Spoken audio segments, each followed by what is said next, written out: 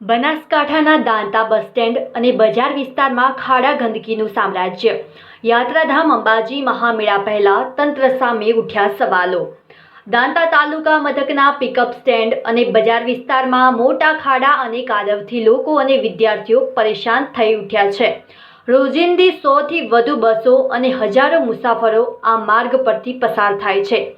અંબાજી ભાદરવી મહામેળાને ગણતરીના દિવસો જ બાકી છે, તો શું લાખો યાત્રાળુઓ માય ભક્તો સંગો લઈ આવા કાદવમાંથી પસાર થવું પડશે?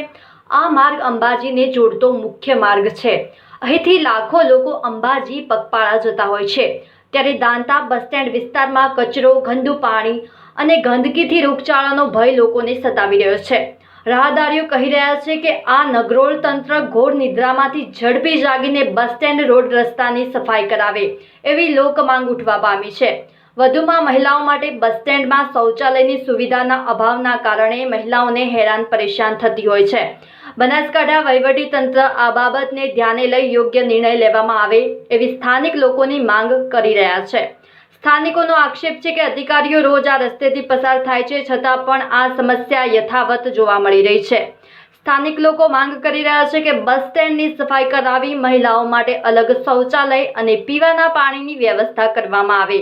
બેદરકારી દાખવનારા અધિકારીઓ સામે કાર્યવાહી કરવામાં આવે એવી લોક માંગ ઉઠવા પામી છે।